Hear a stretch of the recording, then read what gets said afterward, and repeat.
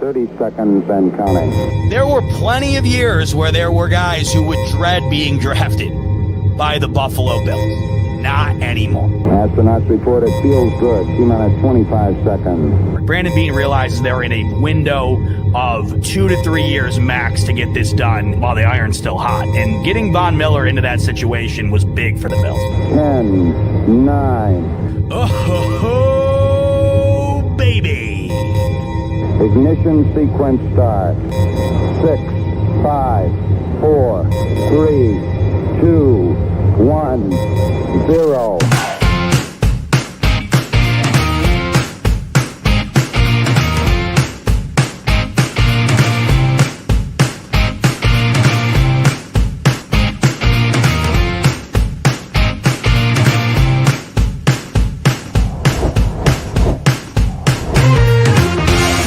Great interview, guys.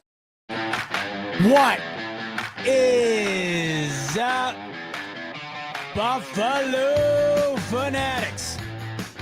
Z-Bot here with you, live on the Buffalo Fanatics YouTube channel on a Monday night. Not a victory Monday night, but a Monday night nonetheless. And that still, of course, can only mean one thing. It is the Smoke Break, powered by BetUS. Good to have you in on a Monday. This is the first Monday we've joined each other since late September, where we haven't been able to start the show by saying Victory Monday. That's how long it's been since these Buffalo Bills were in action and lost a football game. Let me know in the comments how you're feeling as we dive into it tonight. Roughly 24 hours removed from the Bills losing their third game of the 2024 season in dramatic fashion, 44-42. The final at SoFi will likely go down as one of the games of the year. Already is the highest scoring game of the year, and there's been plenty of discourse being had ever since that game came to conclusion.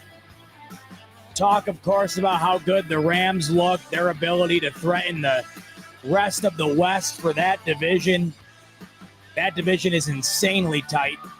Anybody can take that thing. Right now, Seattle's in the lead, but of course, plenty of people talking about the Rams' ability to win that division and go into the playoffs and make some noise based on how they looked yesterday. But for the most part, it's funny. Despite the loss, the majority of the conversation I see being had today is about the Buffalo Bills. And it's two things. One, Josh Allen, and how absolutely extraordinary the performance he had was yesterday. I keep seeing that being talked about time and time again today. In fact, you see it talked about so much, it's hard to imagine that the Buffalo Bills lost that football game yesterday. As much as you are seeing Josh Allen be discussed today and how incredible a performance he had and everybody lamenting on what they saw from 17 on Sunday afternoon, you would truly think that the Bills ran away with that game.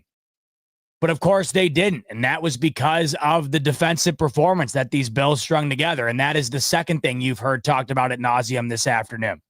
You've heard about how great Josh Allen was, how poor this defense was, and how that could wind up being the Achilles heel for this team moving forward. Many have argued it has been their Achilles heel in the past. It's a fair argument. Injuries be damned. This defense has cost this team big games and big moments. It's no debate. But yesterday was more of an outlier compared to what we've come accustomed to throughout the year here. And it's hard to sort of grasp what yesterday was in comparison to what the rest of the year was, and then how to weigh that going forward in terms of what to expect. Regardless of what happened yesterday, the silver lining, of course, is what Josh Allen was able to put out on that football field. It's very hard, folks, in a losing effort to significantly increase your odds to win the MVP. That is exactly what Josh Allen did on Sunday afternoon with his career-high 6-touchdown performance right now on BetUS. And no, your eyes are not deceiving you. Josh Allen is now minus 500 to win the MVP.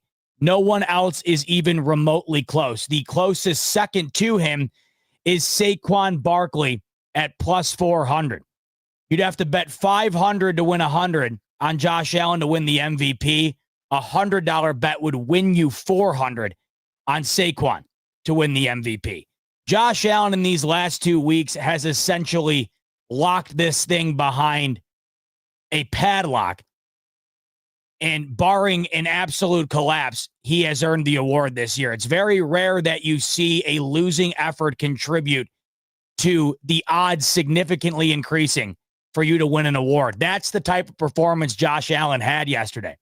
6 touchdowns, a career high, 3 on the ground, 3 through the air. No one had done it since Otto Graham. Otto Graham, folks. There isn't a colored picture of Otto Graham on the football field. That's how long it's been. That was the performance they had yesterday. And it still blows my ever-loving mind how that performance somehow results in a loss. But it resulted in a win in terms of Josh Allen's MVP odds right now, minus 500 to win it. That's over on BetUS. The YouTube 150 promo code on BetUS will get you a 150% sign-up bonus up to $2,000 on your first deposit and 125% bonus on your next 2 after that. We'll go back to BetUS later on to take a peek at what the current line is heading into this upcoming weekend for the Bills' next gigantic matchup against the Detroit Lions. That game felt like it's lost a little bit of luster. You could argue, though, it's gained some luster, perhaps, based on what happened on Sunday afternoon. It felt like it was going to be more prolific had the Bills won yesterday. That way you go into that game with the 1 seed still very much on the line. The Detroit Lions only having 1 loss with their 1 seed potentially being in jeopardy, with the Philadelphia Eagles being right on their heel. People are forgetting about them, but the Minnesota Vikings are right behind them as well. That game is as big of a game for Detroit as it is for Buffalo. You could almost argue it's even bigger because the gap between them and the Eagles is next to nothing. And then they still have to play the Vikings one more time down the stretch here. So that game is absolutely huge for Detroit. And as we know, it's huge for the Bills if they even want a prayer of still having somewhat of a chance at the 1 seed. Would have had a significantly greater chance at that 1 seed had 1 of 2 things happen yesterday. Either they would have won, or if the Chiefs on their 3rd field goal kicker have the field goal to win the game hit the upright and fall outward as opposed to fall inward. But of course, it's the Kansas City Chiefs. The kick falls inward. The Chiefs win the football game. Could you have imagined, though, however, if both things went the other direction on Sunday afternoon? If the Bills somehow found a way to pull off that improbable comeback and then the Chiefs lose on a doink, what a day it would have been. But it was the complete opposite. The Chiefs wind up winning. The Bills wind up losing. So, variety of stuff to talk about tonight, and let's dive into what we saw yesterday, and let's talk about what's come from that. This fan base is losing its mind right now. Have you been online today? This fan base is losing its mind. If you were to have just woken up from hibernation and went online to take a peek at Bill's Twitter, you would have thought that this team was on a 7-game losing streak after yesterday, much less a 7-game win streak that found its way to being snapped on Sunday afternoon. It is pandemonium right now online. And we've been waiting, or at least I've been waiting. I've been waiting for the moment when the Sean McDermott haters would find their way to rear their ugly heads once again, because they haven't had an opportunity to do it since their last loss, the Houston Texans game, where Josh Allen had the worst performance arguably of his career. And yes, it was a poorly coached game by both Sean McDermott and Joe Brady. You haven't heard a peep in terms of questioning Sean McDermott ever since then. Why? Well, because they haven't lost ever since then. And not only have they not lost, they've essentially dominated nearly every week. 5 of those 7 wins were pure domination for the most part. Defense has been playing extraordinarily well. This team's putting up 30-plus points in their sleep. They can't help but fall into the 30-point realm. Clinched the division, of course, the earliest to do it in 15 years. There was no reason to come out and say, yep, about that time of year where we start having the Sean McDermott conversation. But, of course, all it takes anymore, it seems like, is one poor performance, one loss, and that conversation gets put back on the table.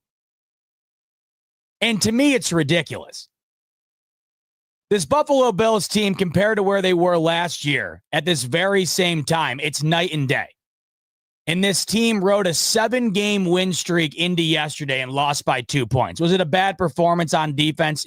That's putting it lightly. Of course, it was abysmal. Was it a bad loss, losing to a 6-6 team? You're favored on the road. The 1 seed's never been more in sight. Was it a bad loss? Yes. But it happens. You can't win them all. And you're going to have bad performances. You're going to have blunders. You're going to lose games that you should have won. You're going to lose games where you played on one side of the ball about as well as you possibly could. Welcome to the NFL. That's why what the Chiefs are doing is such an anomaly, because they find a way to win every one of those games where 99% of the rest of the league finds a way to at least lose 1 or 2 of those games every now and then. That's why what the Chiefs are doing, it might not visually be impressive, but in totality, it's impressive because it just is. That's how hard it is to win those types of games. They win them every single time. It's a bad loss yesterday, and it's an eye-opener. It's a wake-up call in terms of what these Buffalo Bills need to hone in on if they want any chance of going and taking advantage of what I find to be the best opportunity that they have had to win a Super Bowl. Because I find this team to be the best team that they've had under Josh Allen. Therefore, I think it's the best team in terms of having a chance to win the whole thing. But you saw on display yesterday that this team does have its holes, and the holes are if the defense does not come out and pretty much shut you down in the beginning of the game in terms of not allowing you to score early and not allowing you to establish the run, they're vulnerable. And we've seen that throughout the year. We just haven't seen it nearly to the extent like it was yesterday because either A, they haven't played that caliber of an offense, or B, they didn't have the mistake like the Bills had yesterday with the punt block for a touchdown. And what I mean by that is the Bills offense is able to somehow at one point get a lead. They're then able to build on that. The offense on the other end changes up its identity, its game plan to try to keep pace. And it just ends up going the Bills' way because they ended up dictating the ball game. The Rams were able to dictate the ball game yesterday because they go right down the field on the opening drive, score a touchdown, and then after settling for a field goal on the next drive, once they got that block punt and were able to go up 2 scores, that's when you're able to control a football game. And they never looked back. The Rams never looked back. They hadn't scored more than 30 all year long. They had 24 at half, and as you know, they put up 44 points. They had their foot on the gas the entire evening, and they never let up. And that's how you got to beat these Bills. If you're going to beat Josh Allen, especially with a performance like he had yesterday, that's what it's got to be like. And out of their 3 losses this year, 2 of them were exactly like that. The Ravens game and the Rams game. The Texans game, that to me was the anomaly because you had Josh Allen play historically bad. And because of that, they're not going to win many football games. That's why they didn't win that football game. He was 9 of 31 in that game? I don't care if you're Josh Allen or if you're me out there. 9 of 31. It's not going to win you. It's not going to win you a game against anybody, much less a Texans team that as of right now is a division leader and a playoff team. But yesterday happens, and then the immediate reaction is Sean McDermott's got to go. This is Sean McDermott's fault. This is the same old Bills. And I just have to sit here and scratch my head and wonder how you can come to that conclusion over a 60-minute period of football when you've had 7 60-minute periods of football prior to that have been some of the best football in the league. It's not excusing what yesterday was, because yesterday was disastrous defensively. It was disgusting. It's as bad of a performance as you can possibly have on the defensive side of the ball. The only way you lose a game where your quarterback has 6 touchdowns and sets a record for 3 on the ground and 3 through the air, the only way you lose that type of game is if you have an equally historic bad day on defense. And that's exactly what they had. And it's incredibly unfortunate. But we were talking about Sean McDermott potentially being a coach of the year candidate literally 2 days ago. And you mean to tell me 48 hours removed from that conversation, we're now having a conversation that he's the liability and he has to go. Both things can be true. Sean McDermott can be a great coach and he can have a bad day. Yesterday was a bad day. But what kills me is the moments that people are honing in on are not the moments that cost these Bills this game. The moments in that game yesterday that everyone wants to blame Sean McDermott for, that everybody wants to say were the reason the Bills lost the game, they were not the reason the Bills lost the game. It was not a great performance by Sean McDermott. It was not an exemplary coaching outing for Sean McDermott. But I think the factor that he had towards losing that game in terms of his coaching decisions was very minimal. Very minimal. People are arguing till they're blue in the face about the decision to accept that penalty or not. And every time I see somebody come to the table with the argument that you have to decline that penalty, every time I see it, they never give any credence to the idea that Sean McVay was just going to go for it regardless. Every time someone says it was a no-brainer to decline it, they do not give any thought to the idea that McVay was just going to go for it on that 4th and 7 if Sean McDermott declined it. And that's where I liked the decision to accept it. Because if you accept that penalty, it backs them up to 3rd and 17, and they're at their 50-yard line. And you have way more cards in your deck that you can play that'll go right for you.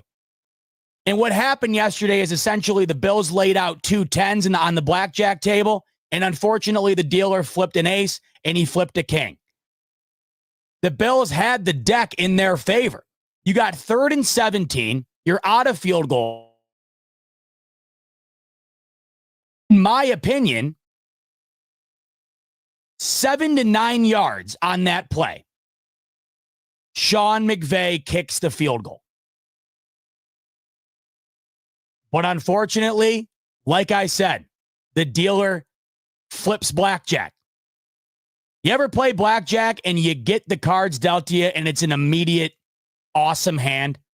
You immediately get, like I mentioned, you immediately get 2 10s, and in your mind, you're thinking, oh, I'm winning this. And then you look at the dealer and he flips the ace over. Flips the 10 over. Flipping the ace over was the equivalent of the Rams gaining 12 yards on that 3rd down. And flipping the 10 over was the equivalent of getting that extra 5 yards on that 4th down to convert the 1st down. But think about all of the things that you gain from accepting that penalty. It goes from 3rd and 7 to 3rd and 17. You're back at the 50-yard line. And how many things can happen here? There could be an incompletion. Incompletion that immediately brings up 4th and 17, and there's no way the Rams are even attempting a field goal in that situation. They're more than likely going to have to punt. And then the Bills are really in control. A penalty could happen, just like the previous play. A penalty could happen, another holding call, back them up another 10 yards. Could really be in the hole. They could gain, like I keep saying, they could gain anywhere from 7 to 9 yards, and that would put them anywhere from 4th and 10 to 4th and 8. And then there's a decision to be had for McVay. Maybe 4th and 8 if he's feeling real ballsy. But I'm telling you right now, 4th and 10, and there's just no way Sean McVay is going for it there. It's a foolish decision. But on 4th and 5, the way that this Bills defense was playing, that was a no-brainer decision. And I also think that on 4th and 7, gun to my head, and I have to go back and predict what's going to happen if Sean McDermott declines that penalty. Gun to my head, I got to predict what that outcome would have been. I think that Sean McVay goes for it. Why wouldn't he have? You get to a point where it's foolishness. 4th and 9, 4th and 10, that's the Dan Campbell situation that I often argue against, where there's a difference between being aggressive and being foolish. I think going for it on that 4th and 7 there, based on the tone of the game, knowing your defense was not going to stop Josh Allen, and a field goal there essentially does you nothing. Right? I'm going to go for it. But if we back up a few more yards from there and we don't get it, immediately putting the Bills right on the 45-yard line, and they're set up. I got to take the points there to at least ensure that the Bills have to score a touchdown and not a field goal. That's the difference to me between a few yards there. The difference between 4th and 5 and, 4th and 10. 4th and 7, though, I still think he pulls the trigger there. And I don't think Sean McDermott accepts the penalty if he doesn't think he's pulling the trigger there. And Hillslayer's putting this in a really good way here. Hillslayer's coming in, he's saying it's only a 2-yard difference, but 10 is a psychological barrier that would cause a field goal. Such a great way to put it. Such a great way to pull it, Hillslayer. Psychological barrier. Think about it in your mind. 4th and 7, 4th and 9, 4th and 10. It just sounds different. It sounds far more difficult. Far more difficult. Walt's coming in. He's saying, Z-Bot, you're killing your own argument if you think they're going for it regardless. You're giving them 2 chances instead of 1. See, this is where I don't agree with that. You're giving them 2 chances backed up 10 yards deeper. You're giving them 2 chances, but you're also giving yourself more of a chance for them to either have to settle for the field goal or have to punt. You can't have one without the other, Walt. Yes, you're giving the Rams 2 opportunities to gain 17 yards. You're also giving yourself an opportunity that if you were to just force an incompletion there, or if you were to have just allowed 7 yards, which, by the way, 7 yards on any given play in the NFL is a hell of a play. You're signing up for 7 yards every single time. If they get to 4th and 10, they're not going for it. This is what Hillslayer was just saying. They're not going for it regardless. They're not going for it no matter what. They're going for it in certain circumstances. I don't think they're going for it on 4th and 10. I think they're going for it on 4th and 7. And once again, it all comes back to what wound up happening and why I think it was the right decision, but just terrible execution. The decision, in my opinion, Walt's saying, you're proving my point. Why are we giving an offense that's killing us on 3rd downs opportunities? Okay, so why just immediately give them the 4th and 7 opportunity then without giving yourself an additional opportunity to make that 4th down more difficult? We're looking at it from a backwards lens here because it's all hindsight. But think about it. If the Bills were to have held them to a 5-yard gain, how genius of a decision would that have been for Sean McDermott? The only reason why it's a terrible decision is because they gave up 12 yards on a 3rd down play. That's why it's a terrible decision. So if they're killing us on these 3rd down opportunities, why would you give them an easier opportunity right off the bat on 4th down to convert a 4th and 7 instead of giving them a tougher opportunity on 3rd down, where if they gain anywhere from 1 to 10 yards or 1 to 7 or 8 yards, they're more than likely settling for the field goal. That's why I thought it swung in the Bills' favor in terms of accepting that penalty. But we can argue about this till we're blue in the face. And while I understand where you're coming from, and I understand where everybody's coming from, I do. Because regardless of what happened, whatever happened was always going to be right if it worked and wrong if it didn't. If McDermott wound up accepting that penalty yesterday like he did, and they did not wind up getting a completion or didn't wind up gaining the amount that they did, if that wound up occurring, Sean McDermott's a genius today. But what wound up occurring is what wound up occurring, and Sean McDermott today, everybody's grilling him for it, right? Now, if he declined that penalty and they immediately went for it on 4th and 7, they decline that penalty and immediately go for it on 4th and 7 and get it. Everybody today is saying, how does Sean McDermott not accept that penalty, back them up 10 more yards, and make it more difficult for them to get a 1st down on 4th down after 3rd and 17? I guess I gotta really try and map out what I'm saying here a bit more. I got to break this down into steps, I guess, because Lick's coming in here and saying, you gave them 2 extra chances. Your logic isn't making sense. You don't give Stafford and McVay a chance to dictate the game, bro. You're looking at it. I don't think you're looking at it through the same lens I'm looking at it through here. Is it really 2 more chances if you make the play on 3rd down? It only becomes 2 more chances if you wind up doing what you did yesterday, and that's giving up 12 yards. If you give up on 3rd and 17, 7 yards, it's not 2 chances. It's 1 chance because they're not going to go for it on 4th and 10. They're not. The only way that 3rd and 17 becomes 2 chances is if you do what you did yesterday, and that's give up 12 yards and immediately put them in position where they were absolutely going to go for it. Absolutely going to go for it. To me, taking the additional chance gives you a better chance to succeed because there's more that can go right for you than wrong. But unfortunately, they wound up misplaying their hand and they got burned. All they had to do was not allow double-digit yardage on a 3rd down. That's all they had to do. No, Walt, 2 chances is not 2 chances because the 3rd down did not have to become a 2nd chance if they played it right.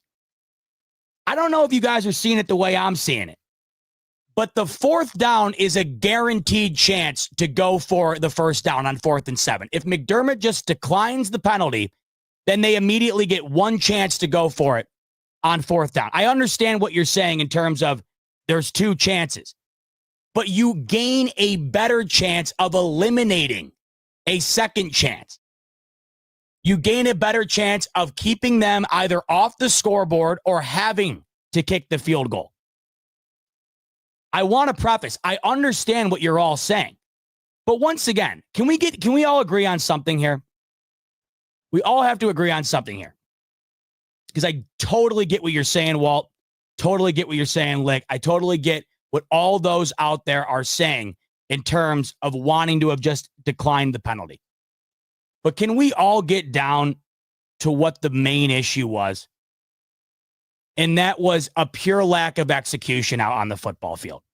To blame Sean McDermott for giving up 17 yards in 2 plays, to give up 12 yards on 1 play because of the accepting of the penalty, that's what I take the most issue in. It's Sean McDermott's fault today, apparently, for accepting the penalty, not the defense's fault for giving up a chunk play on 3rd and 17. And this is where I want to go with this. So the reason we start with this is I want to go back and take a look at this play. Because in my opinion, when we go back and look at this play, regardless if you're on Walter's side in here, right, thinking that you got to decline it, whether you're on my side here where you're fine accepting the penalty, nobody's going to be fine with the way that they defended it. And that is what wound up being the issue. Wasn't accepting or declining, more so a lack of execution entirely. And I got to tell you this right now. I expect a Sean McDermott-led defense on 3rd and 17 to not allow 12 yards on that play. And maybe that's why I blindly am willing to accepting that play. Because in my mind, it's far more easy for the Rams to have gotten a 4th and 7 than it would be for them to try and execute on a 3rd and 17. But that's exactly what they wound up doing. And when you go back and take a look here at what wound up occurring, what's Mafia Talk? Mafia Talk saying, bro, I feel like you're over-explaining because if we made the stop, everyone's saying it was a great idea to accept the penalty. I mean, honest to God, yes. That's what it all comes down to. And I just said that earlier. But I appreciate you bringing it back to the forefront. Yes. This is how all these plays go. It's like the other night. Did you watch the Lions versus the Packers? And all the Lions have to do is kick a field goal and they'd probably win the game easily. The Packers would have less than 30 seconds and no timeouts to go down and try to tie it. But what does Dan Campbell do? He goes for it unnecessarily. And he got flack for it the next day, even though it worked. But what happened on that play? Jared Goff tripped over his own center, landed on the ground, and somehow was still able to hand it off, and they got the 1st down. Do you know what the narrative would have been on Dan Campbell on Friday morning if Jared Goff gets touched while he's down after tripping over his own center? It would have been Armageddon. They would have absolutely called for his head in that game. So you know how it goes. It's the moments like that. It's the moments like the McDermott moment where you're damned if you do, damned if you don't, all depending on what wound up going down. If it works, genius. If it doesn't, idiot. right? But the reason I thought it was the right move is because I think it gives you an upper hand in terms of defending a team when they have to gain 17 yards. But when you run the defense, when you execute the defense the way that the Bills did here, and I'm pulling the play up, when you execute the defense the way that they did on this 3rd and 17, it doesn't matter whether you accept the penalty or decline the penalty or not, because they were going to move the ball straight down the field regardless. Let me just pull this play up real quick. There's 1,000 plays listed on here.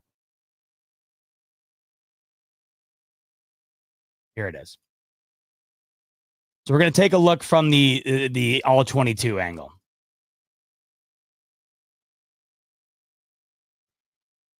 Once again, so this is, I mean, and I love this. I love a good back and forth because I love this. There's so many people on both sides of the fence today. Yamana's coming in. How do you put trust in the defense when they did nothing all game? That was McDermott's mistake. Okay, Yamana, then I pose you this question. How do you put trust in the defense to stop them on 4th and 7 if he just declines the play? Do you have more trust in them getting a stop with 17 yards to go, or do you have more trust in them getting a stop with 7 yards to go? I think that might have played into the mindset of it.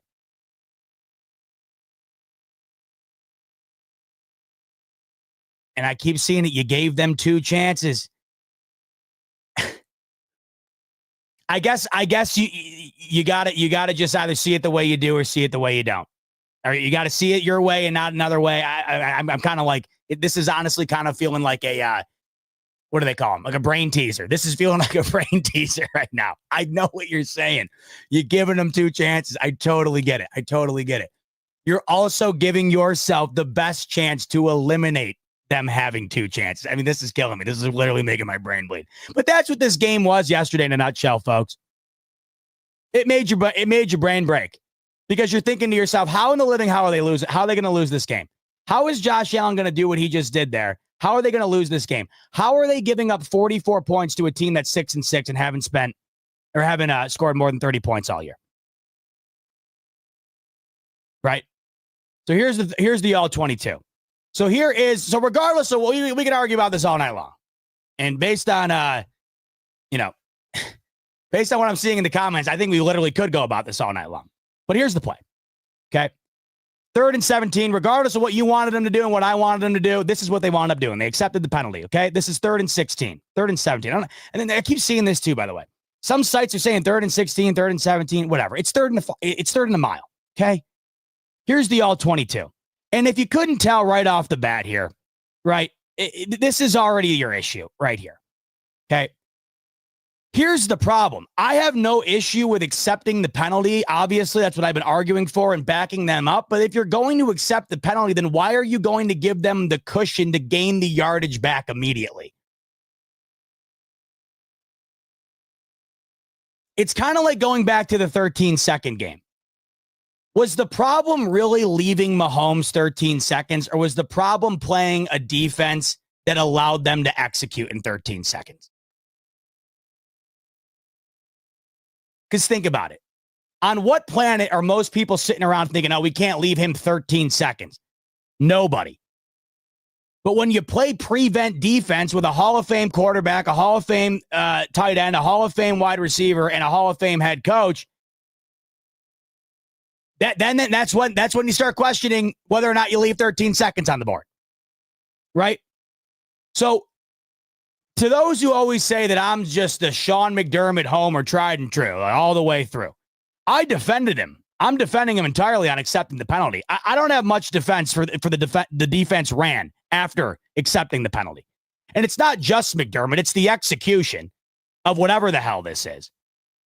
But this is as much on McDermott as anything in the game. And this is what's killing me is that when everyone's talking about McDermott's, calling for his head today, they're calling for his head today because he accepted the penalty. He called a timeout on the goal line sneak, and he sent 9 men out on the punt, which, I hate to say this because you never know until you know. You never know.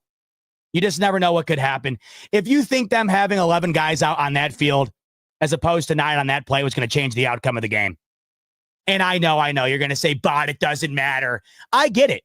There's no excuse. There's no excuse to ever have 9 guys out on the field. You are 100% correct.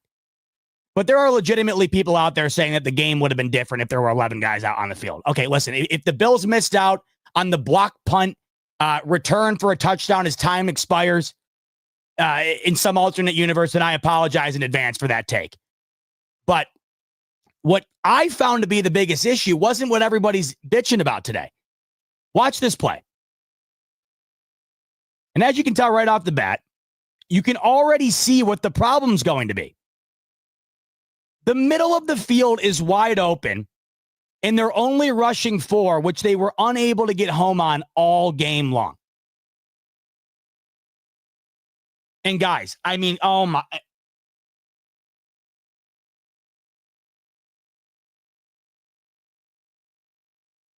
The middle of the field is already gaping before the snap. Watch how much bigger it gets post-snap. Immediately off the snap. Look at Stafford's what?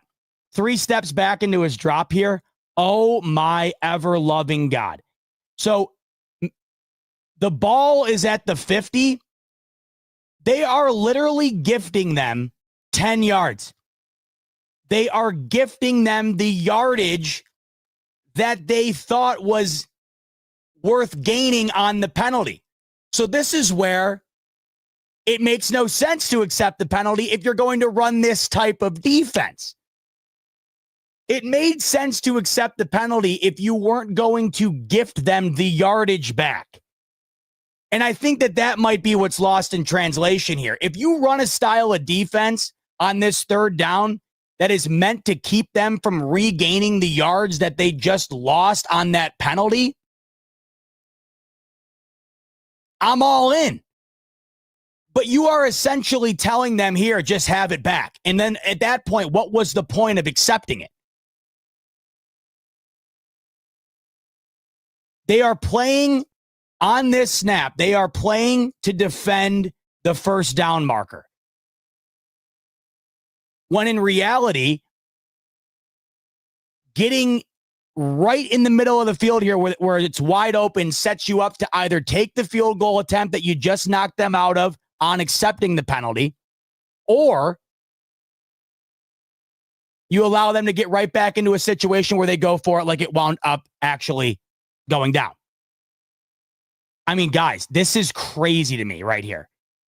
And not only that, but the amount of time. So you rush 4. So on this play, essentially, not only does he have the entire middle of the field just gaping wide open, but there's no pressure. And by the time somebody finally breaks through, it's far too late. I mean, look at this. Do you see this right here? There isn't a Bills player. Look at this. There isn't a Bills player within 10 yards of Cody Parkinson.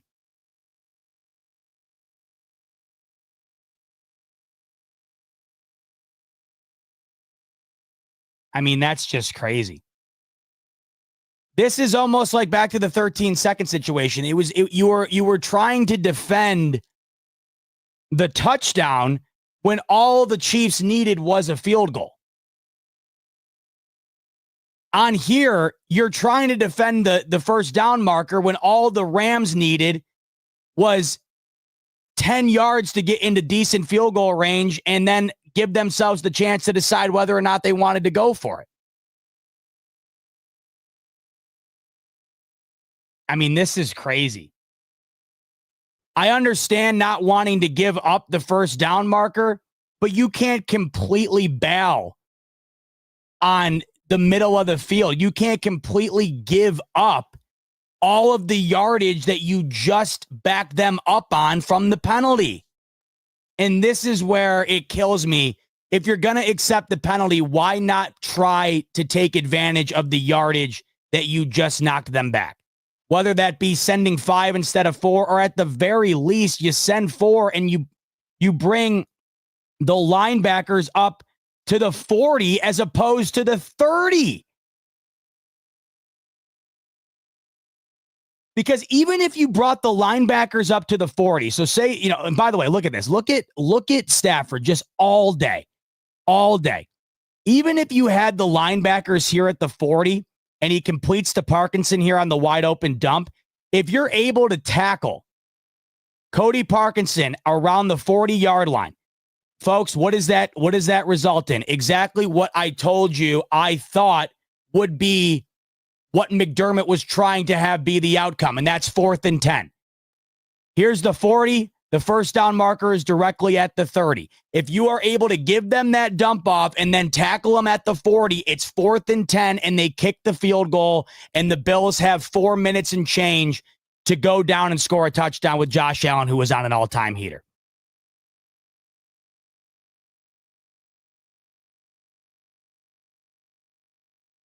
Let's take a look at the other angle.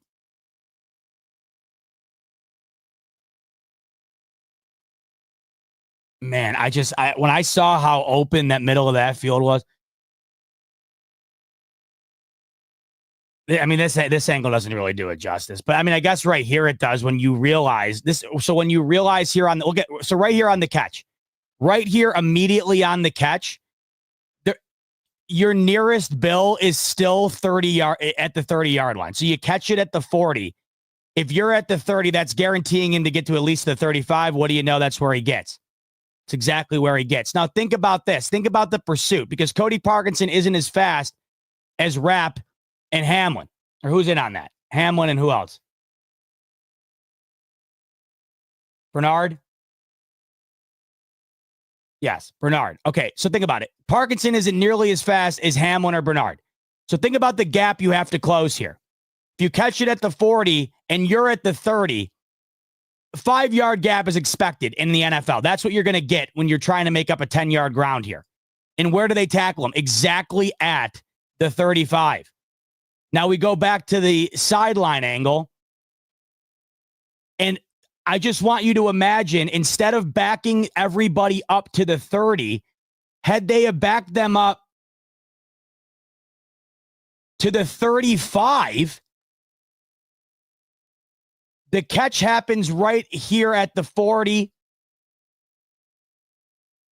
If you're at the 35, the 10-yard gap gets closed right. It gets closed right around the 40 as opposed to the 35. Excuse me, the 40. If you kept them at the 40, because you backed everybody up right near the 30. So the ball was snapped where? The ball was snapped at around the 47-yard line. So if you were to have dropped in coverage 7 full yards, which is still you're still dropping back 7 yards. It's not like you're hovering around the line of scrimmage. You're still dropping back. If you would have at least hung out one guy at the 40-yard line. Because if you tackle him at the 40, the 39, or the 38, either McVay doesn't go for it or he's got a big decision to make. I understand wanting to take the first down away, but to send the entire secondary to shut down the first down and allow this, I don't understand it. I just don't get it. Even if you just kept Bernard and Milano up here, even if you just kept your linebackers up here, and you only rushed 4, so you quite literally dedicated your entire defense outside of your line to stopping the first down. You gave no credence to the ability of gaining a chunk play on a dump off and then getting into field goal range or setting up going forward on 4th down. And I guess you almost kind of come to the conclusion that, does McDermott just anticipate that they're never going to go for it? The way that they've been playing? And this, to me, if you want to be upset with McDermott about one thing, I understand you're upset about the timeout. If the Bills would have not have called that timeout, what would they have gotten the ball back with? I don't know, 25 seconds left, no timeouts. Would they have had a chance? Yes. Not a great one. Still a terrible decision to call that timeout. Awful. It's inexcusable. I don't know if they win the game if he doesn't call the timeout. The 9 men on the field, same thing. The accepting or not accepting here, it's up to you. But you did accept it, and you did not take advantage of the reasoning behind accepting it, in my opinion. If you want to be mad about one thing, I think this is what I would be mad about. And this is what I'm mad about. And the thing is, as bad as that defense played all day, if they were to have just made this play,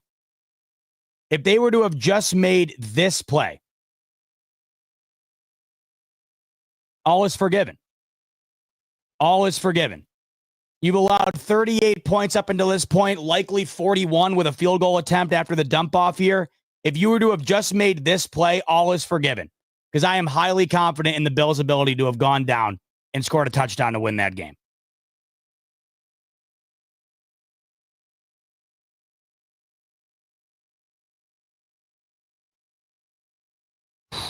This is a tough one to watch here. When I first went back and watched the game, I guess I didn't realize in real time just how wide open they left Cody Parkinson. And I don't get the mindset behind doing this. Like I said, it's identical essentially to the 13-second game. What's the mindset behind allowing the entire length of the field outside of the deep ball? When they I would understand doing this if it's 4th and 17. If it's 4th and 17, hell yeah, Johnny Mick, this is the defense I'm rolling with. Hell, rush 2 and drop the whole D back at the first down marker for all I care. But it's 3rd and 17.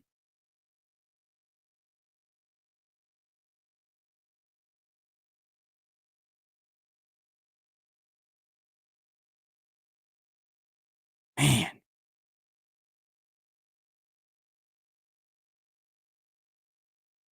You know what I didn't realize until the rewatch either? And I'm not going to sit here. I don't like to make excuses, and I certainly don't like to chalk things up to penalties. I did not realize, however, because, at the end of the day here's another thing that gets forgotten. Okay, they do give up the third down here. Or they do give up 12 yards on that third down, then they inevitably end up giving up the 4th down.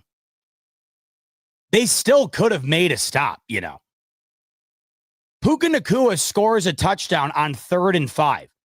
If they stop that play, once again, McVay's faced with another decision, or he says, all right, enough. I've gambled enough. We're going to take the field goal. We've milked some time off the clock. We're going to take the field goal, and we're going to test our fate. They still could have made another stop. It's a hell of a play by Nacua. But I did not realize, and once again, not the reason the Bills lost, folks, okay? I did not realize that Cooper Kupp literally tackled. I think it's Terrell Bernard. I mean, he tackled him. Here's the play.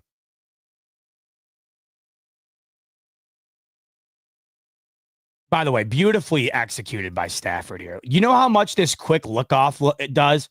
So look at that look-off. Everyone's going to the left side. Immediately throws him off. Immediately comes back. Look, he had that whole D line completely shifted to the right side.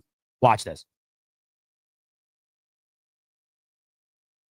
I don't know if this doesn't really, I don't know if this does it justice. Let me see if,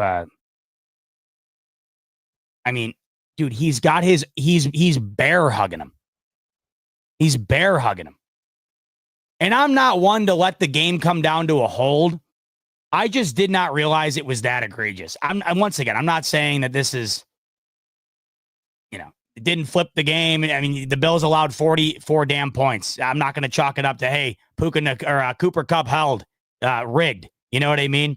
I just, on the rewatch, I thought I'd bring it up because I just didn't realize that's what it was looking like. I mean, come on.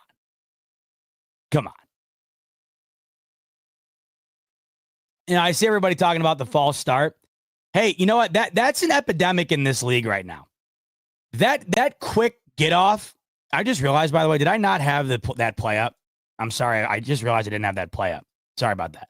This is what I was referring to with Cooper Kupp on the Puka Nacua touchdown. You see right there? I mean, come on. Once again, not going to be the game's rigged, ref screwed us guy, but I mean, my God. You got a bird's eye view here. That looks like a damn tackle to me. Now, I know everyone else is saying they're talking about the offside or the false start. That has been like an epidemic in this league. The quick jump on the snap count, it happens all the time. They don't call it. That one was more egregious. That one was more egregious than most. But they really don't ever call that. Guys do it constantly. The Chiefs get away with it every week. I think the Eagles do it a ton too. It's that pre-snap, almost like simultaneously. It's so close that they don't call it, but it looks to be a false start. That one in particular in this play, it certainly looked to be one. Let me see if we can see it on this angle here. Remind me again. I forget the play that it was the 4th and 5 that we were under the impression that there was a false start, correct? For the Rams. See if we can go back and take another look at it.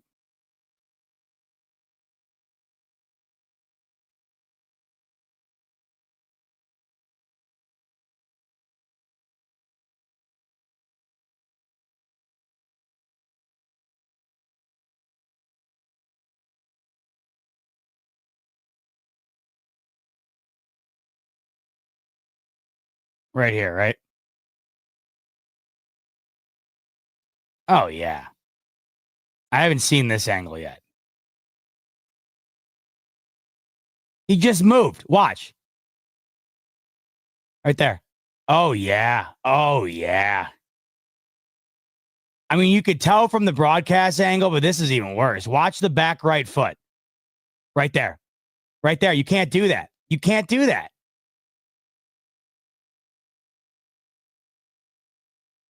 Oh, my God. That was pretty bad. I didn't realize it was that bad from this angle. It was noticeable on the broadcast angle. I think this is even more noticeable. I am not going to be the penalty excuse guy, though, because I think Josh Allen got away with a couple of beauties yesterday. That horse collar was a total come on down and give your Oscar award speech. I mean, come on. I love him for it. You know, hey, don't hate the player, hate the game, man, because that's what the game's become, you know? And there's nobody better at it than him. I mean, Allen has got it down to a science in terms of how he's able to craft his body on some of these hits. It's the game, man. Mahomes does it. Allen does it. That was not a horse collar. Now, if Mahomes does it and the Bills are playing him, will I freak out about it? Oh, of course, I'll hate it. If Josh Allen does it, will I be like, game's the game? Well, of course.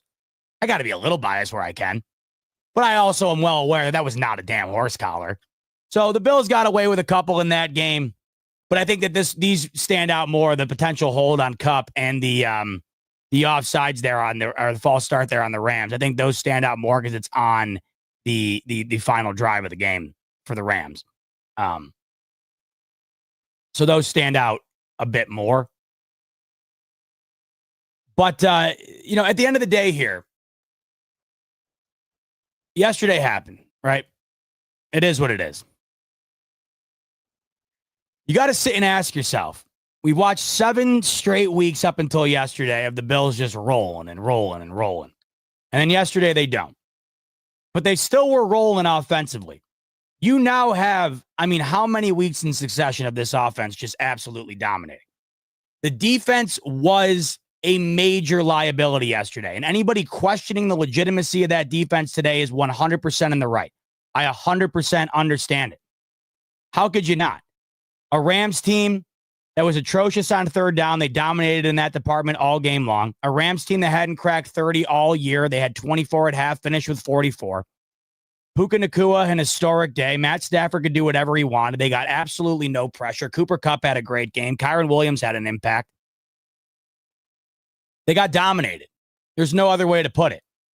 And when you have a defensive head coach who prides himself on the defense that they have had and they currently do have, you cannot in December go into a game with the 1 seed on the line and perform like that. I had mentioned it with Rico yesterday on the postgame show. I had said, we oftentimes talk about how right around the Thanksgiving mark, late November, you separate the cream from the crop. You know what teams are. You know who the great teams are, the good teams are, the fraudulent teams are, and the bad teams are.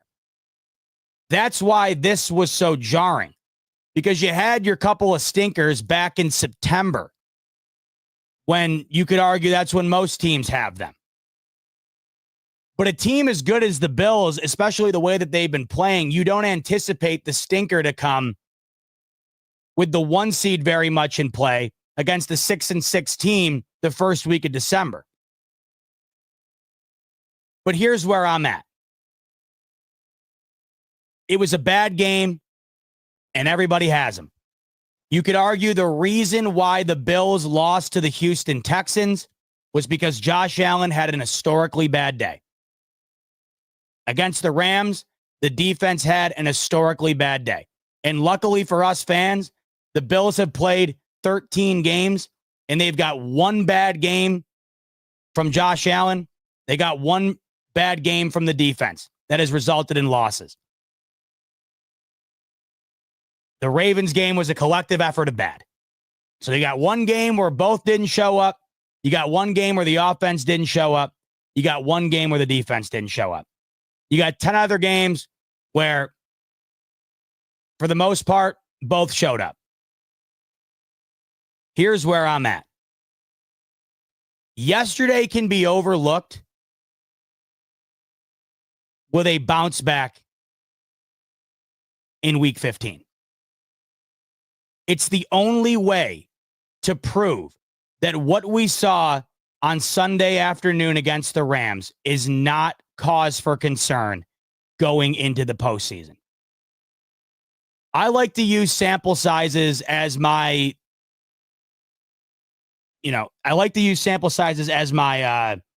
ammunition for judgment on teams. So it's hard to say that you had a 7-game sample size where you won every single game. You scored 30 plus in 6 of them. Now 7 of 8. It's hard to say that that sample size will be overweighed by a 2-game sample size. But I find that these 2 games are a bit more telling, because the Rams in all likelihood could win the West. That's a NFC playoff team right there. They played the Lions into overtime. They beat the Vikings, one of their only losses on the year. That's a team you can ask anybody who's a fan of an NFC team. Nobody wants to see a red-hot Rams team in the playoffs, despite the fact that they have not been playing well throughout the duration of the season. But you knew going into that game, and this is where I was going into this game, I was just shocked at my lack of fear of this team based on what they had on paper. I just had lost respect for the Rams offense based on what they've been putting out on the field the last month or so. 0 points at half against the Saints. 0 touchdowns against the Dolphins. Struggled to beat the Patriots. The offense just was not showing you what you would expect to see from Stafford, Kyron Williams, Puka, and Cooper Kupp. But you knew that roster right there, that's a hell of an arsenal on offense. And they showed you yesterday that when healthy and when clicking, it's pretty damn good. That is what you're going to have to beat in the playoffs in order to win the Super Bowl. And this is why I have said that the Ravens, to me, out of all the teams in the AFC, are the one that I am the most cautious about in terms of playing, because I think that the Ravens in the AFC have the only other offense similar to Buffalo in terms of scoring caliber. You can put this game in the rear view only if you prove it against the Lions. It's the only way. If you go out, I was talking to Rico and Pierre earlier. I said, it's weird, but a 23-20 loss to the Lions would somehow feel better in terms of how I feel about this team going into the playoffs than a 44-42 win over the Lions would have me feeling about this team going into the playoffs. Switch the outcome of yesterday. and say next week the Bills win 44-42. This is the exact same game, except the Bills are on the winning end. Yeah, you feel great about the W, and you're hoping that it goes a long way towards potentially getting that 1 seed. But if that defense performs like that again, how can you have any confidence in that defense's ability to not perform that way when that caliber of offense comes to town at some point in the playoffs? Whether it be the Ravens, or say you don't have to face the Ravens and you do make it to the Super Bowl. In all likelihood, you're going to have to either play the Lions or the Eagles, arguably the two best offenses in the sport right now. You have got to see some sort of bounce back from this defense this upcoming week. If they go out again this week and they allow Jared Goff to stand in the pocket the way that they allowed Matt Stafford to stand in the pocket, if they allow Amon-Ra St. Brown to have a type of day that Puka Nacua had, if they allow the best running back tandem in the league to run all over them, if they allow them to get to 35, 40-plus points, it's red alert. It's red alert. Because you're essentially telling yourself that you're going to get into a situation in the playoffs where if Josh Allen has one bad series, this team's cooked. That's essentially what it comes down to. If you're going to play that type of defense, then Josh Allen quite literally has to score almost on every drive in order for you to be competitive and have a chance. Now, that could happen, right? But is that what you want to rely on? And is that what you want to have in the back of your mind going into the postseason? Not I. To me, this upcoming game against the Lions is a massive litmus test. Throw out the 1 seed being on the line. Throw out it being the game of the year, a potential Super Bowl preview, a massive matchup. The tickets are $500-$600. Throw all that out. What's this defense going to look like? And look, I understand these Lions score points on everybody. I mean, this offense is incredible. What the Lions have offensively is off the charts. I'm not expecting the Bills to hold them to 20 points because I don't expect anybody to do that. But it's got to look and feel better. And if it winds up being a game where they don't perform well defensively, what they have to do is make a play or two. And that's what they didn't do yesterday. Throughout the year here, there have been games where the Bills' defense has been vulnerable, but they've made up for it by forcing turnovers and making crucial stops. They made up for it by bending and allowing teams down to the red zone, but not allowing you into the end zone.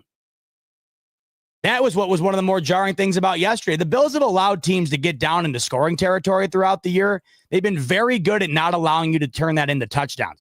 Yesterday, every single time outside of one drive, the Rams punched it into the end zone when they got down to the red zone. So I'm not expecting that the Bills shut down that offense because that's a fool's errand. That's a way too high expectation. But can they tighten up in the red zone? Can they make that big 4th down stop or that big 3rd down stop? Can they force that turnover, that game-flipping play?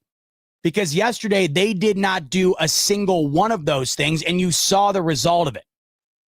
You can't just flat out get annihilated in every facet. Okay, Puka Nacua is cooking you. Keep him out of the end zone. Okay, they're cooking you on 3rd down. Hold them to field goals when they get down to the red zone. Okay, they're going up and down the field. Make the big play. Get the sack. Get the forced fumble, the interception. They couldn't do any of it. They did nothing. And you simply can't do nothing against those types of offenses and expect to win. And yesterday is the most perfect example of all time. Because you quite literally had the most dominant performance a quarterback has had all year on your side, and you still lost.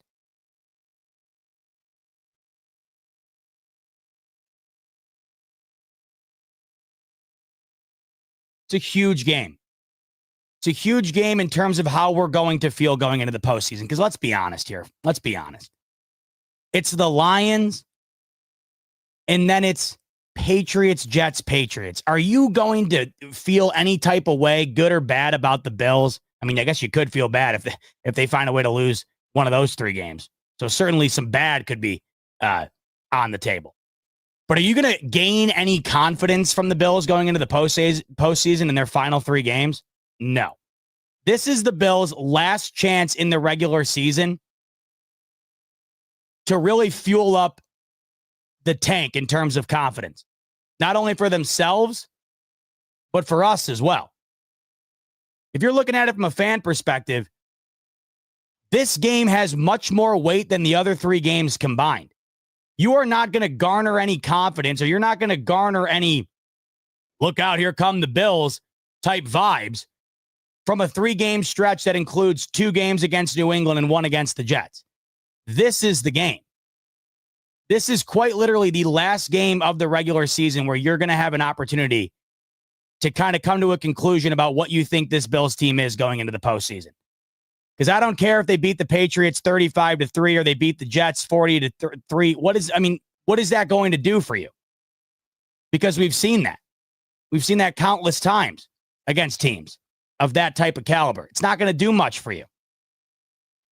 But if the defense can go out this upcoming week and show you signs of improvement from last week, and it's not like the bar is very high, it's incredibly low. If they can prove to you that the game against the Rams was more of an outlier than it is the norm, that's going to go a hell of a long way. They have to do it. Because I'm telling you, if they get cooked again in succession in back-to-back weeks against playoff teams with high-caliber offenses, that is major sign for concern. And they really got to figure it out for this offense's sake. This offense right now is far too good to piss it away because the defense can't get their shit together. I mean, that's the biggest thing of it all right now. This offense is way too damn good, and Josh Allen is playing way too an historic level of football to piss it away with piss poor defense. Would you not agree, Caroline? Yep. I promised Caroline frozen yogurt tonight. Who else wants to walk to get frozen yogurt in 30 degrees but my wife? Who else? Who else? Lucky man. Hey, I'm gonna go take a shower. Let me ask you a question. You think the Bills defense gets it in gear this upcoming week? Yes. Gear, yes, but Yeah. I thought there was going to be a but there. I think Josh Allen's gonna Well, Josh Allen's going to keep being him. I'm not concerned about Josh Allen not being him. defense got some. It's good analysis. Caroline said Josh Allen's going to continue to be him, but the defense has some screws loose that they got to fix. And you want to know what? I think that's dead on analysis. I think that's pretty spot on. Honestly, Caroline, you're doing better right now than half the shit I see on TV. Yep. You go, Queen.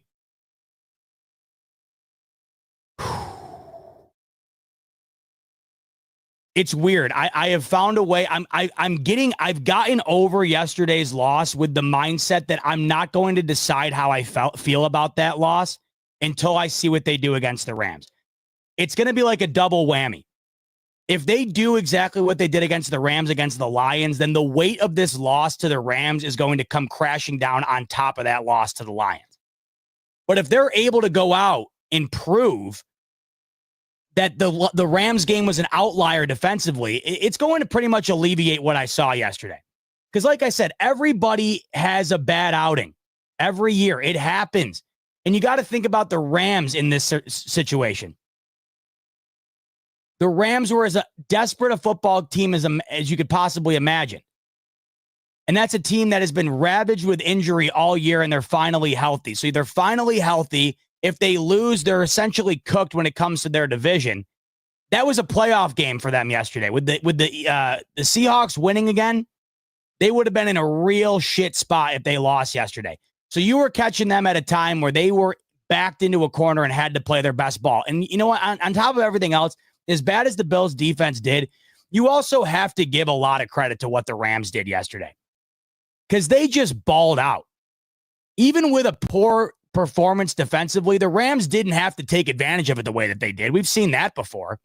The execution on third down, the catches from Puka Nacua, the performance from Stafford, and the ability to do it continuously throughout the game and not let up at all. You know how difficult that is to do, especially when you're watching Josh Allen doing what he's doing on the other side of the field, getting panicked a little bit. I give a hell of a lot of credit to what the Rams did yesterday. It was certainly aided by the poor performance from Buffalo. but they balled out. I mean, even as bad as the Bills played yesterday defensively, 85% of the rest of the league isn't doing what the Rams did yesterday against that defense. They just were on yesterday, and they got the guys. Like I mentioned, they got the guys. When they can turn it on, man, I mean, look out. That's as good of a roster offensively as you're going to find. Keep bringing up that Lions game, and I want to go to BetUS real quick and take a peek because the betting line is out, and it's narrow. I mean, this is a road game for the Bills. And as I always say, you got to factor in about a 3-point advantage for being a home team in games like this. The books typically give you a 3-point swing in terms of advantage when you're home. That's kind of how it typically lands. With that in mind, the Bills are a 1-point dog against the Lions. So regardless of what you just saw against the Rams, if this game was at home, what the book is telling you is the Bills would likely be a 3 to 4 point favorite. This game is considered to be a coin toss. And there's no reason to think that the Bills can't win it. The Lions aren't the 2007 Patriots. You can beat them. The Packers could have beat them the other night. You can beat them. But you can't beat them if you're going to play defense the way that you played it against the Rams. I don't know if you can beat the Panthers the way that Bryce Young's playing right now if you play that type of defense. But this is what the mock-up of the game is right now, folks. The Bills are hardly an underdog. I mean, this is essentially a pick 'em right now at this point. Buffalo, Buddha coming in, he's saying, well, I would have guessed Lions -4. I mean, yeah, that's kind of what I would have guessed after what I saw against the Rams. Just goes to show you the respect that Josh Allen garners and ultimately the respect that these Bills have earned. And it hasn't completely gone to the wayside with one poor performance, even though a lot of my Twitter feed right now wants to tell you that everything they've accomplished this year should go to the wayside based on what you saw on Sunday afternoon. But that's the tale of the tape right here, right now, folks. Bills 1-point dog. That's it. It's over on BetUS. The promo code's YouTube150. It'll get you a 150% sign-up bonus up to $2,000 on your first deposit, 125% bonus on your next two after that. Man, the bots. I know I'm a bot. But the bots in the chat tonight have been at an all-time high. I haven't seen this many bots in the chat in forever. By the way, anybody watching the Simpsons Bowl right now? I haven't even taken a peek. Wow, Cowboys already up 7-0 on the Bungles in the Simpsons Bowl. How about that? Cooper Rush, look at that. 4 of 5, 42 yards and a touchdown. Man. You can't get me to watch that game tonight. I mean, I'll probably throw it on when I get back from going out with Caroline, but oof. There's one more thing I wanted to touch on before I wrapped up, and I'm blanking on it. Let me see if I can jog my memory.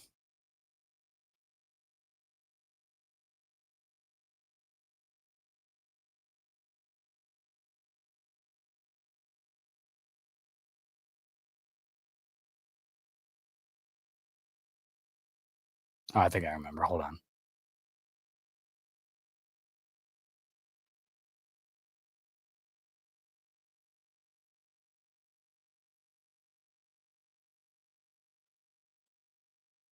The tweet I'm trying to pull up that I saw earlier. Oh, there's Tofu.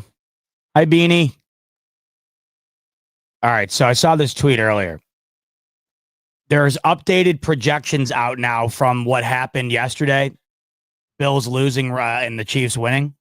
Updated projections in terms of how the seeding is likely to unfold based on where we're currently at heading into Week 15. And saw this tweet earlier. This is courtesy of Showtime Hockey. Saw this tweet earlier. And here's the lay of the land. As I got a cat tail just stuffed into my face right now. The Chiefs' likelihood of a bye is at 87%. It swung massively yesterday. The Bills would have been right around a 50% chance yesterday had they have either won that game or had the doink have gone the opposite direction of where it had went. But as we know right now, work cut out for the Bills. They got to win out. The Chiefs got to lose too. Not a great spot to be in wanting to secure that 1 seed. But here is where the makeup gets interesting to me. So if this were to wind up occurring based on what the highest percentages are for these outcomes to end up happening going into the postseason, this is what it would look like. The Chiefs with the 1 seed. You got the Chargers going to Pittsburgh. You got the Ravens going to Houston. It would be Denver going to Buffalo. Now, Denver's playing good ball. Sean Payton has that team playing real well. Defense has been great all year outside of that game against Jameis Winston the other night. And Bo Nix is really coming along, making his argument for Rookie of the Year. But, man, you'd have a real tough time convincing me that a rookie's coming into the Ralph and beating Josh Allen in the playoffs. So say the Bills get it done there. The Bills get it done there in this scenario. If the Steelers take care of business, which they will be favored to do against the Chargers, and if the Ravens take care of business against the Texans, which they would be favored to do in that game, the Bills at the 2 seed would avoid playing Baltimore. The Bills would go from beating Denver to then hosting Pittsburgh, and Kansas City off of the bye would host Baltimore, setting up for the potential of an AFC championship game in Arrowhead between the Bills and the Chiefs. And as I've said, I'm not looking to avoid anybody, but if I could choose one team to avoid in the postseason based on matchups and how they do not favor the Bills, it would be avoiding the Baltimore Ravens. And in this scenario, ironically enough, the 2 seed would be the situation that would allow the Bills to avoid the Ravens up until the AFC championship game, and they would have to beat Kansas City in order to get to that. And that game would then be in Buffalo should that end up occurring. So I thought that would be a bit of an interesting note to share with you, just because, in all honesty, yes, you would much rather have the week off and you'd much rather have a guaranteed trip to the divisional round. But if the consolation prize is having to not play Baltimore until the AFC championship, that ain't bad at all. That is not a bad consolation prize, in my opinion. So interesting. But we still have 4 weeks left of ball until that all gets squared away. And I'm not sitting here saying I don't want the 1 seed. I very much want the 1 seed. We do not know what that could do for this team. They've never had it. We don't know what the advantage could possibly be with them not having to play that first game. And I don't care if it's avoiding the Ravens or not. I just feel like there's got to be value in not playing that first week and going immediately to the divisional. So still up in the air. Chiefs have a bit of a tough road towards the end of the year. It's all going to come down to the Bills and what they do against the Lions. Because don't get it twisted either in terms of the 2 seed. The Steelers are right on the heels of the Bills. Only reason I haven't given that much thought, the Steelers' schedule down the end here is brutal. So even if the Bills do drop it to Detroit, in all likelihood, they would have to lose one of those 3 final games as well to lose the 2 seed based on what Pittsburgh has going on at the end of the year. So a lot to figure out. And this week goes a long way towards us figuring out what these Bills are, what the seeding's going to be, a variety of things. So we got a lot coming your way this week in terms of that. Going to be talking about Bills, Lions all week long. I am excited for this game, man. I've had this game circled all year long. It's the game of the year. And I know I said earlier, I think it loses some luster with the Bills losing, but you could also argue it gains some luster in terms of the Bills now having an opportunity to prove to themselves and to all of us that Sunday was not who they are defensively. They can go out and prove that. It'll go a hell of a long way in terms of, how we feel about them going into the postseason. My God, my cat is going to kill me. He said, oh, my God. I just saw someone remind me about the super chats, by the way. That's on me. My bad, Tyler. Good on you for reminding me. My cat was literally, I just had to get out of that situation. Luckily for me, she just jumped off of me. Literally shoving her tail up my nose. Richie coming in. Richie saying tough. But if they're going for it either way, I only want to give them one chance, 4th and 7. Oh, here we go. instead of 3rd and 17 and 2 cracks at it. Bad D was the bigger problem. That, to me, at the end of the day, that should be the bigger takeaway. That's the problem. Regardless, it was the execution that wound up being the Achilles heel for these Bills. But I had just felt that if you were to have played a defense that wasn't conducive to allowing the yardage back, that you just pushed them back and accepting the penalty, then accepting the penalty was the right choice. But if you're going to play the defense that they ended up playing, I don't see the point in taking the penalty. So it's very odd. And I'm not going to get into the whole 2 chances thing again, but once again, it all falls back on you're a genius if it works, you're a dummy if it doesn't. And unfortunately, we're in dummy mode today. Richie also coming back in saying D was cooked all day, though. McVay def goes for it on 4th and 10. I don't think he goes for it on 4th and 10, but that was my reasoning behind McDermott accepting the penalty as well. I thought he'd go for it on 4th and 7. It was back to what Hill Slayer said a little bit ago. That difference, but psychologically between 4th and 10 and 4th and 7, I think is huge. I really do think that 4th and 7, in a weird way, in my mind, is the threshold. I feel like that's where you kind of max out on your ideology behind going for it or not. I really do think they would have went for it still had they had declined the penalty. I don't think they go for it on 4th and 10. Signified. Explain having 9 men on the field when LA intentionally gave you extra time because they took a delay a game. Explain to me why McDermott is a good coach. Well, if McDermott wins this upcoming weekend or one of his remaining games the rest of the way, he will become one of only 5 coaches to win 11-plus games in 5 consecutive seasons. All of the other 4 coaches on that list are first-ballot Hall of Famers. He has the most wins in terms of percentage for these Bills through 50-plus games in franchise history. What else? I mean, he another win this upcoming weekend in the regular season he will pass John Madden for most regular season wins through the first X amount of years of his career. I mean, I'm not going to sit here and list off all these stats or whatever. You either think McDermott's a good coach by now or you don't. Is he Don Shula or Bill Belichick? No, and I never said he is. But to say he's not a good coach either, I just don't buy it. I don't buy it. And yesterday, to me, out of all of the things that they've done well this year, to look at that in a nutshell and say, well, he's just a bad coach, I just think it's disingenuous. To accept a penalty, to blunder a timeout at the end there, which there's no excuse for it. And I'm not saying that there is. I'm not excusing the timeout situation or the 9 guys on the field situation. It's unacceptable. It's ridiculous. But it happens. Everybody's got a bad moment. And I know that everybody loves to hone in on the bad moments that McDermott has, but nobody ever hones in on the good moments. I mean, it took 7 games consecutively on this win streak for people to finally say, hey, what about McDermott potentially being coach of the year? What about this team having 0 expectations last year in comparison to the expectations they've had in years past and how they've shattered what anybody thought they could possibly do this year? Where was that talk up until this past week going into the Rams game? Wasn't all that loud.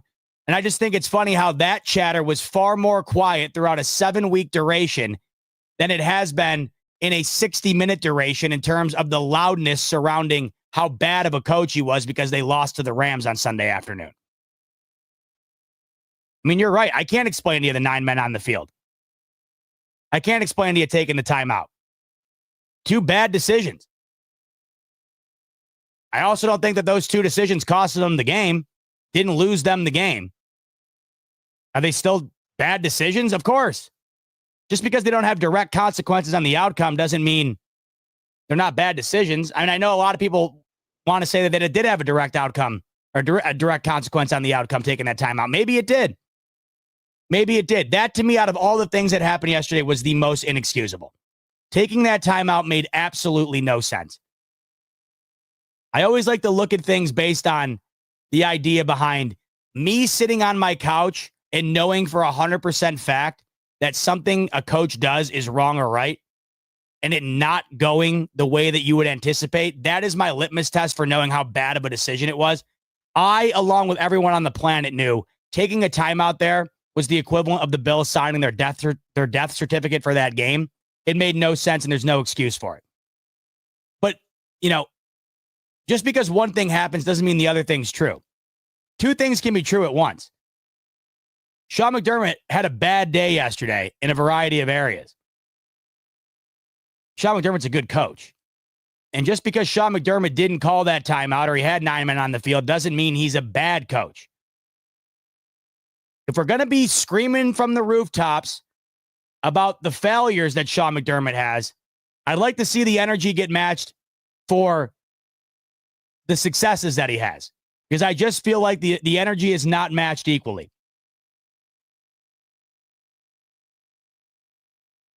And I would agree with that. I'm seeing some comments coming in here saying good but not great. Very few great coaches. Andy Reid's a great coach. Bill Belichick, great coach. It's tough to get to great. But I think McDermott's a hell of a good coach. And in this, what do you want me to say to this? Success? What's success? What? Were you a fan of this team in 2017 or no? Were you a fan of this team between 2000 and 2017? Because if you're asking what's success, I got nothing for you. No, we don't have a Super Bowl ring. No, we don't. If you think this Bills team hasn't been successful, then there's nothing I can say right now to convince you that they have been. Second most winningest team behind one of the greatest dynasties in the sport over the last 5 seasons. I don't know how they haven't been successful, especially when the bar that the Bills had set for what we deemed to be successful was as low as it possibly was.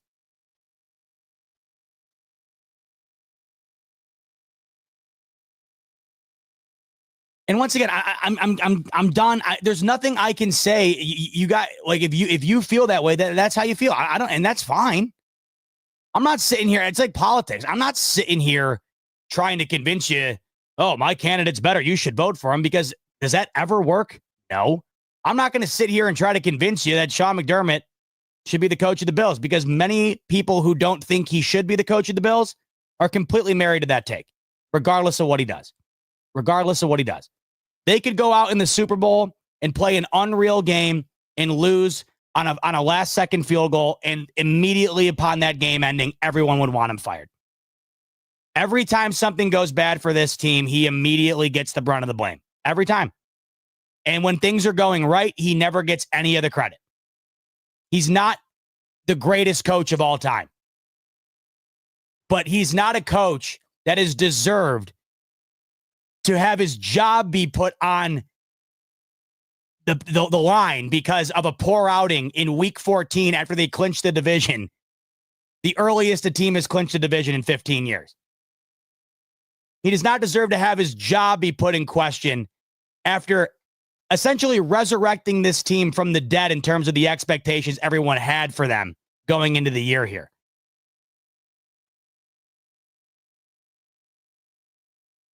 If you guys can call Andy Reid and convince him to come be the head coach of the Buffalo Bills, I won't say no. But ask yourself, who tomorrow are you picking up the phone and calling that's immediately going to be infinitely better than Sean McDermott? And why isn't that guy already a head coach? And why every year, year after year, do 8 organizations immediately can a guy and move on? It might have something to do with the fact that finding even a good coach, much less a great coach, is extremely difficult to do. Extremely difficult to do.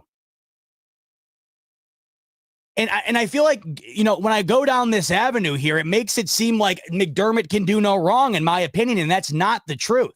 That's not the truth. Say that the scenario that I was just speaking on winds up coming to fruition, and the Bills play the Denver Broncos in round 1, and a rookie Bo Nix comes in and lights this defense up. All right, maybe we got to have a conversation, because that's just inexcusable. Say that a rookie Bo Nix comes into your home turf in the playoffs and lights that defense up in a fashion like Stafford just did yesterday. Okay, I understand the phone calls coming in, the tweets coming out saying it's time. Okay, I get it. But right now, everyone's arsenal is filled with bullets that contain a couple of losses to the greatest dynasty in the sport since Tom Brady's hung it up, and a couple of regular season blunders when it comes to poor decisions with the clock management, or, just blunders in critical moments. And it's not like there's a list of them that's the size of a manual. It's not like you open it up and it's like a Harry Potter book. Yeah, there's a list. There's some moments. But you could probably run through them in a couple of minutes. Wouldn't take you an hour.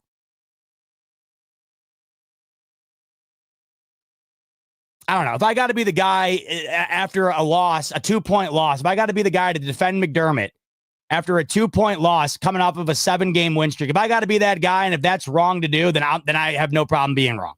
I got no problem being wrong. And once again, as I always say, I got no problem with your guys' opinions at all. But sometimes the opinions you guys, some people act like they're fact.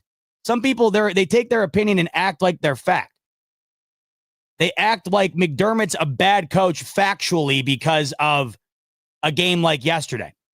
But the facts are what I listed out earlier.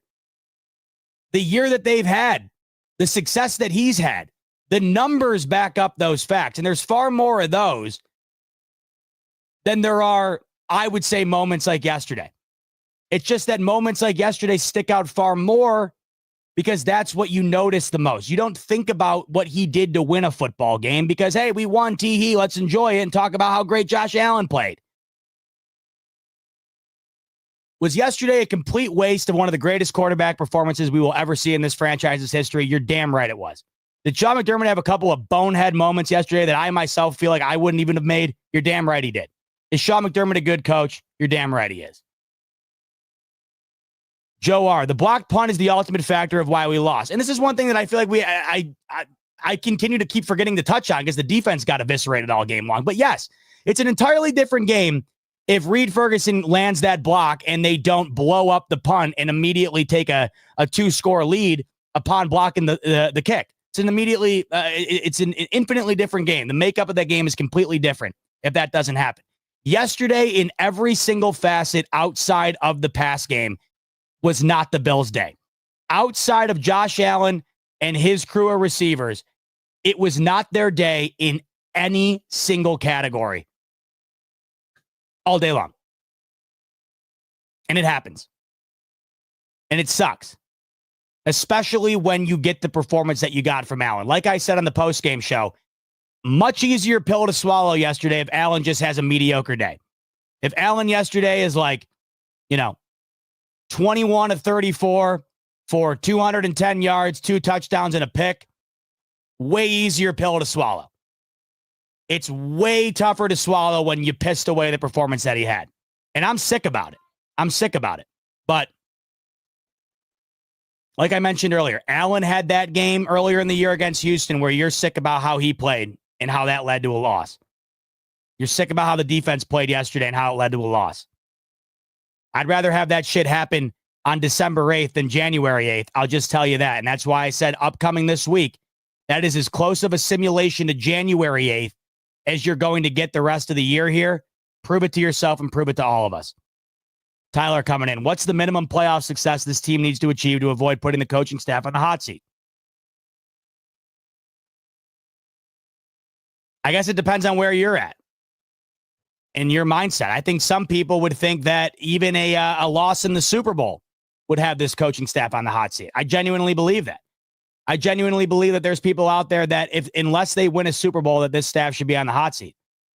I would consider, listening to conversation if this team doesn't reach the AFC Championship. This team has one AFC Championship appearance under Josh Allen, and they got smoked in it. That's ridiculous. There's no excuse for it this year. They are just as talented, if not more talented, than every other team in the AFC. Josh Allen's playing MVP caliber. This offense is playing some of the best offense in the league. And we've seen that this defense can play championship-type defense. It's not what the offense is in terms of how much you rely on it and trust it, but we've seen that this defense is capable. They're just going to have to string it together in the playoffs. They can't have what happened yesterday. This team cannot not make the AFC Championship game, though, in my opinion, without those conversations starting to become valid. It also depends on how they lose. Depends on how they lose as well. I think that those things factor in. Like I said earlier, if you get smoked by the Denver Broncos, a rookie quarterback at home, hell yeah, we're having the conversation. If you get blown out in the divisional round, hell yeah, we're having the conversation. But, once again, I have a tough time. Like, once again, if it comes down to an incredible game and they lose close, like, it's just so tough for me to pin it all on McDermott when it just feels like everybody who gets in those moments against the Chiefs, for example, lose those games. But I would say, to answer your question, Tyler, the threshold for me with this team and where they're at and what they need to do to cash in on what they have, an appearance in the AFC Championship game to me at the minimum. 445 block, rookie OC and DC division clinched only one game. I mean, that's where I'm at, man. I got a lot more that I'm stoked about right now with the Bills than I'm not stoked about. And like I said, I got a lot riding on this Lions game in terms of my overall viewpoint of this team collectively going into the playoffs. I got a lot riding on it. My view will change somewhat dramatically based on the collectiveness of this team, the totality of this unit going into the playoffs based on how they play Detroit. It's going to be very telling how they bounce back. How do you learn from Sunday's game against the Rams? How do you embody that and then translate that into the following week? How do you respond? I think that's going to say a lot. Signified knows. Doug Peterson beat the greatest football dynasty ever with a backup quarterback in the Super Bowl, and 2 years later, he was fired. Why isn't McDermott held to the same standard when he's achieved far less?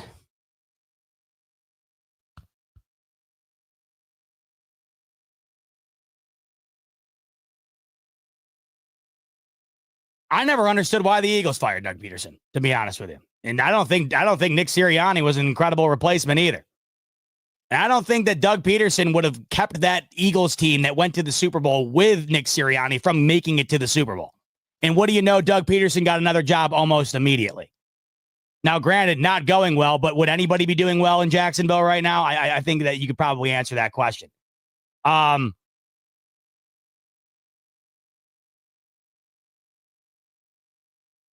I don't know. Once again, I just think it comes down to the mindset of, like, if you want him gone that bad, then I understand it. If the rings are the only thing that allow you to keep a coach around or to move off of them, if that's the ultimate, like, that's the code to get into the gate, you have to have a ring or it's done.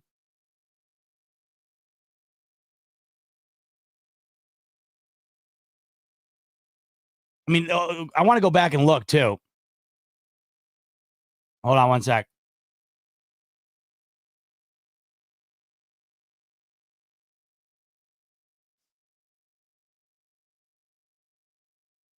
So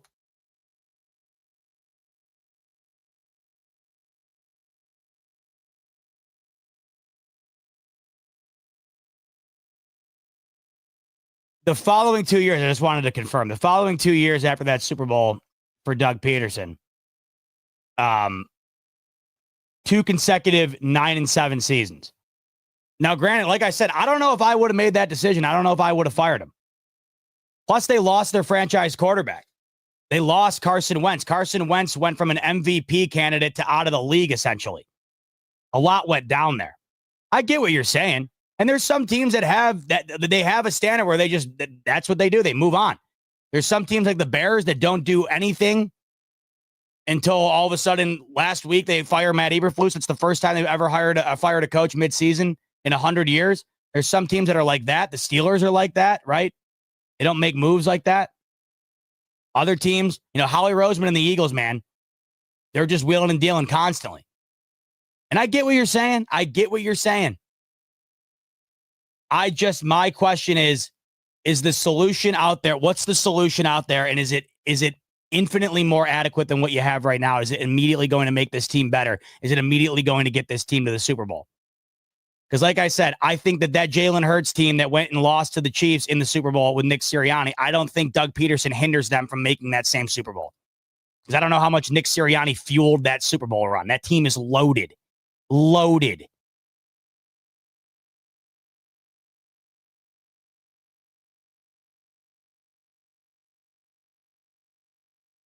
All right, I'm coming. All right, I got to go. I'm getting yelled at. I got to go get frozen yogurt. Enjoy the Simpsons Bowl tonight. A lot going on tonight. We all just got to. I think we're going to be all right. I love all of you, by the way. I know sometimes, listen, we got to do this. That's the beauty of sports, though. And there's something low-key fun about these moments. When we get into a little back and forth, I love it. That's sports. If we didn't have that, would sports be that much fun? I don't think so. But let's not eviscerate one another online. These Bills are still 10-3 with a lot looking up. Signified, you're in that mood tonight. I still love you, though. He's saying, we're going to be all right, are the famous last words. We're going to be all right. We're going to be more than all right. God, you guys. Killing me. Let's beat the Eagles and just forget any of this ever. The Eagles. I'm coming. Let's beat the Lions and forget any of this ever happened, for God's sakes. A lot riding on that game. I got a lot of love for all of you. I really appreciate y'all tuning in tonight. Nearly 1,000 of you in here throughout the full duration of the evening. A little bit of back and forth, and that's what happens when you're frustrated after a loss. I'm frustrated. You're frustrated, but it's still all love, and I can't wait till we meet again later in the week. Until then, enjoy the Simpsons Bowl the rest of the evening. Enjoy the rest of your Monday night. Talk soon later in the week. Until then, much love as always. On your way out the door, like button if you could, subscribe button if you could, and YouTube 150 is the promo code on BetUS. That'll get you a 150% sign-up bonus, up to $2,000 on your first deposit, and 125% bonus on your next two after that. That's a long-winded way of saying goodbye. Much love. Talk soon. Go Bills.